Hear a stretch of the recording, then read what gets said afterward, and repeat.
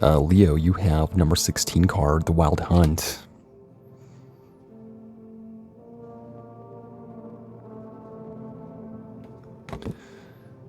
Yeah, yeah, I feel like there's some kind of, well, for some of you, of course, this can be read traditionally as the Tower card. Something fairly significant happening in your life. Yeah, possibly pertaining to, I mean, for some of you guys, a conflict with another person or, situation, maybe at work or something like that. Does not have to. Normally, if there is some level of conflict, it's for the best. It's to maybe, kind of force you out of a situation that, wasn't in your best interest to be a part of. For another group of you, which I hope this applies to more, yeah, I feel like there is this major epiphany or major, some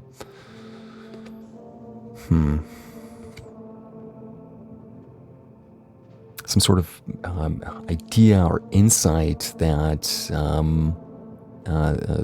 that comes to you. You have all this light shooting out of this tower here, coming from within. Perhaps some of you guys have been working on something and having some kind of breakthrough, maybe working on it at home, maybe learning something, studying something, something that really shakes things up. Perhaps this new idea, this new epiphany involves you having to maybe move or, find maybe a job that suits you better. Or maybe you have finally come to terms with the fact that someone maybe, I don't know, it's not that it's not in your best interest to continue maybe living with them or speaking with them or being friends with them or working with them.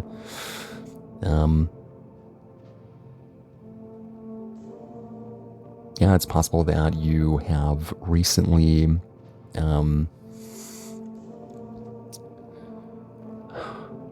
discovered something that you now want to pursue,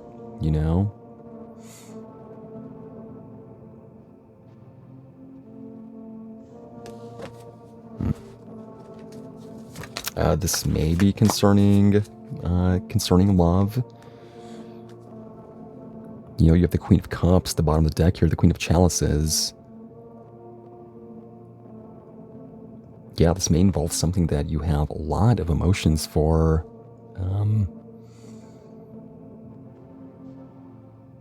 In this deck, it's leans more towards the emotions being very, very strong. Possibly, too strong. You have this queen here, sitting on this rock, surrounded by water, just a lot of water. She has this very, very big cup, larger than any cup I've seen a person hold in a tarot deck.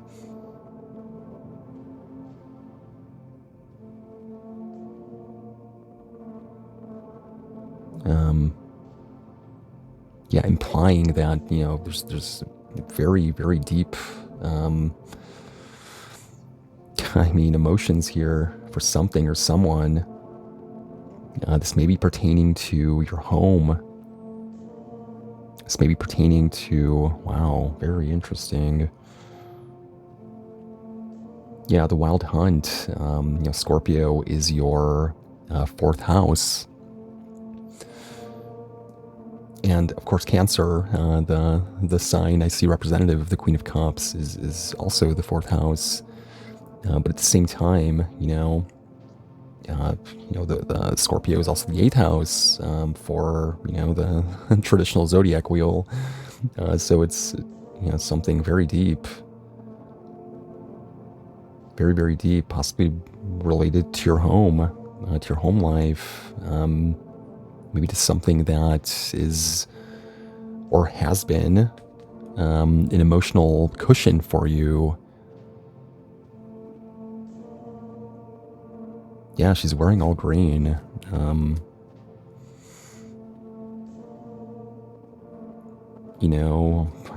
Green is the color of the heart chakra. This water around her also has this greenish tone to it.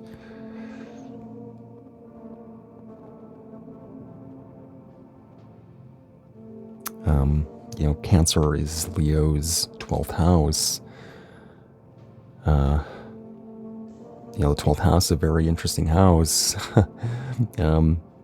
It is normally seen as, it can be, the house of, very, very, very deep spiritual connections, bordering on twin flame connections, but can also, not be that. It can seem like it's a twin flame connection when in reality it's not.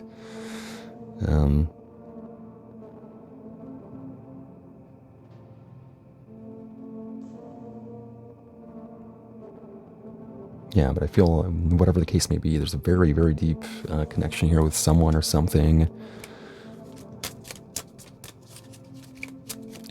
Possibly a Scorpio, possibly an Aries, Cancer, Gemini.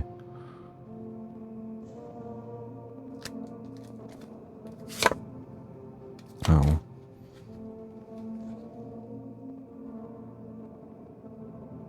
Yeah, there may be a situation in your life that,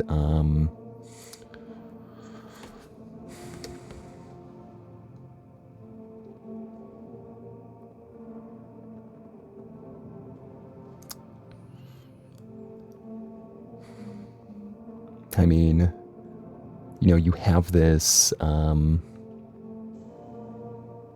polecat here at the bottom of this card. I thought it was a skunk, but no, it's actually a polecat. Polecats are very, they're kind of, they can crawl through very tight holes. They're very, they're kind of like liquid, in a sense.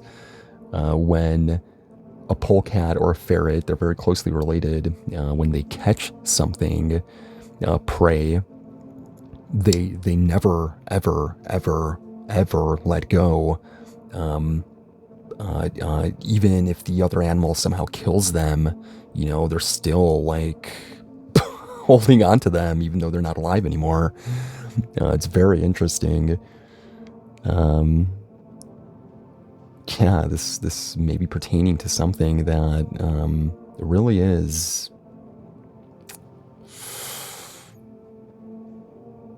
hard to shake, maybe, this connection potentially with someone.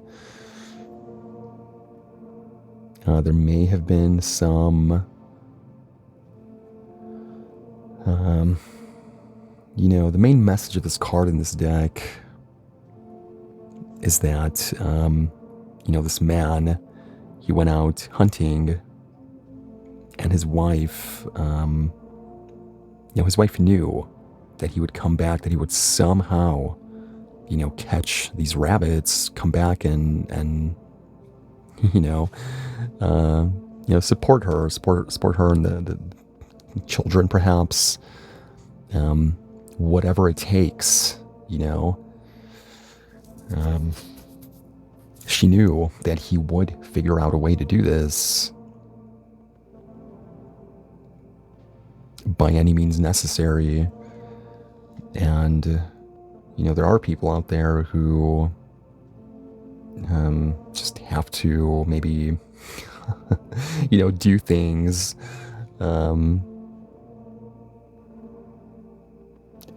because they feel, like they have no no willpower or control over it. Um, but, like I said, this card in this deck does point towards, doing what you have to do to get the job done. Um, so yeah, it's possible maybe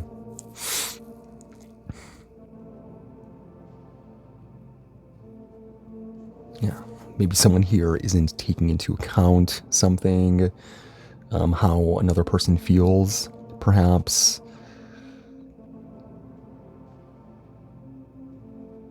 Or maybe not, the Queen of Cups potentially not being a two-way street. Or maybe one of the ways is a two-lane, is it has two lanes on it, and the other way has one. Someone may be feeling this way. Um,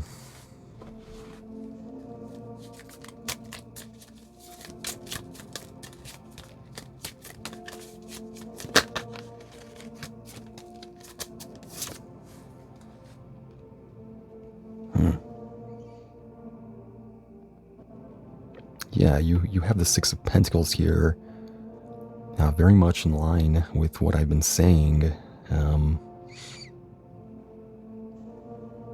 You have this woman here who is, looks like she's giving out money to a woman who is giving her flowers. She looks a little bit more together than this woman. And then there's this man here who also has his hand out, but behind him he has these die.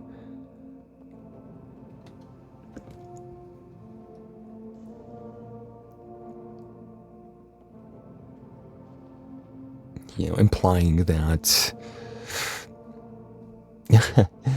maybe he's not going to spend the money on food. Maybe he's not telling her the truth.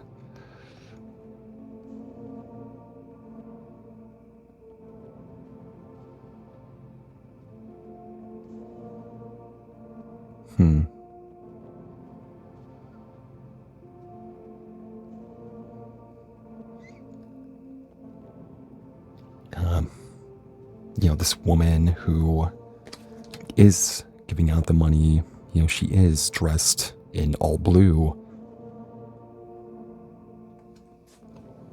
I feel like she is very truthful, has been truthful, has been authentic throughout her life. It's allowed her to have money, have a life that she likes, where she's able to help those that need help. So yeah, I feel like, the lesson of this card, besides what I, mentioned earlier, is to always be truthful, always be authentic. Take others into consideration. She clearly takes others into consideration, as you can see her, giving money to someone.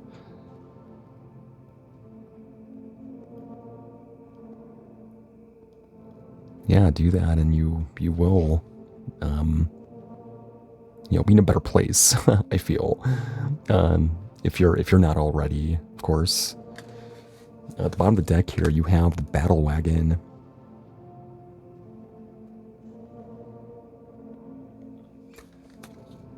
Yeah, you may very well be dealing with a Cancer with the Queen of Chalices and the Battle Wagon here.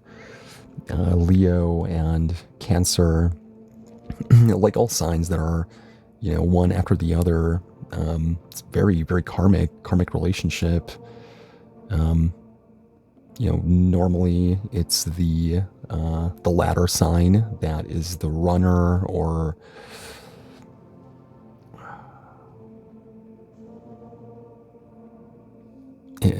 especially for fire signs. Fire signs, air signs are normally, the runner in a situation where they're in a relationship with a sign that's behind them. Traditionally, of course, there's a lot of aspects that go into someone's chart, but you know, generally speaking,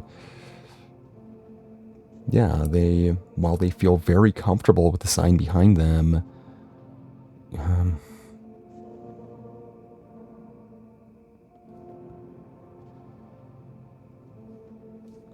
you know, they're fire, they're air, they're not necessarily comfortable with, you know, being in the same spot, being in the same place.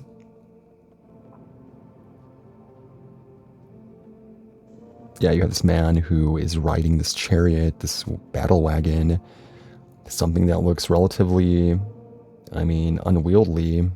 Um, he doesn't have any hands on the reins or anything. He's commanding it. It's like, he got to this point in his life where, um, he doesn't need to do it the old fashioned way. He mastered it. These horses are white, and in my view, white is, the successor of black. When you have this magpie flying above him as well. This bird is, it's very significant in English culture when from England,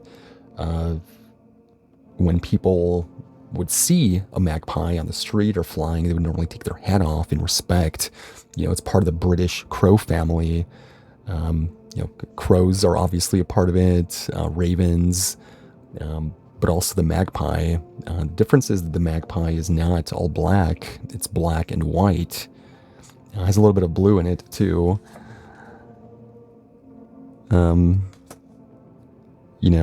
It really does deserve having your hat taken off, because when someone overcomes their shadow aspect, while it's always a part of them, it makes them so much stronger, and it's not something someone has to do. You never have to leave your shadow. You can always stay there in that comfort zone. It'll continuously teach you lessons, but you can stay there. But if you take it upon yourself to, chip away at that shadow, eventually you'll get there. Eventually it'll overcome. And when it does, the rules of reality, the 3D, don't really apply to you.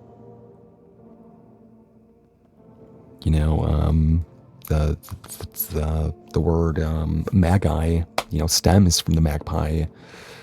Magic.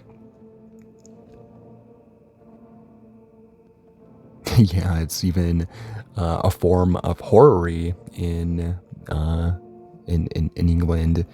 I believe it's when you see a group of magpie, it goes 1 for sorrow, 2 for joy, 3 for a girl, 4 for a boy, 5 for silver, 6 for gold, 7 for a secret never to be told. I believe it goes on after that. I just can't remember.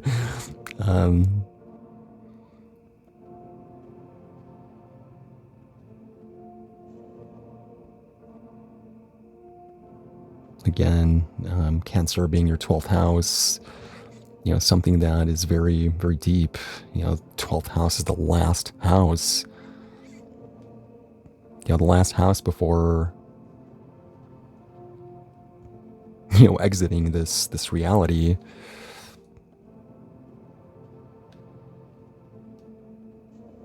So yeah, I feel this is telling you one thing. Because traditionally, these horses, there's one that's black and one that's white, but both of these are white.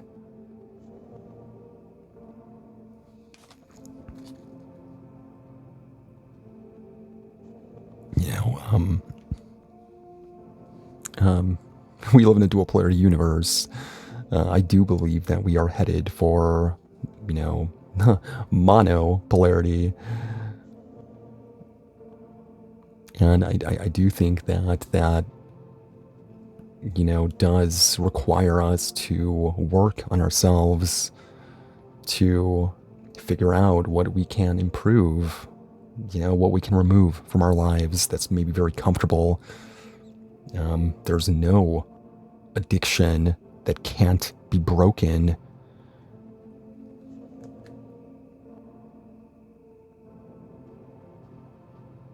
And I feel that once, we do start working on ourselves, we'll get there. The energy of the planet will just switch over. Yeah, I do think that the pole shift that, we've heard so much about over the past, 10, 15 years, 20 years, it's not exactly what we think. It's a pole shift, sure, but it's, towards one direction rather than two.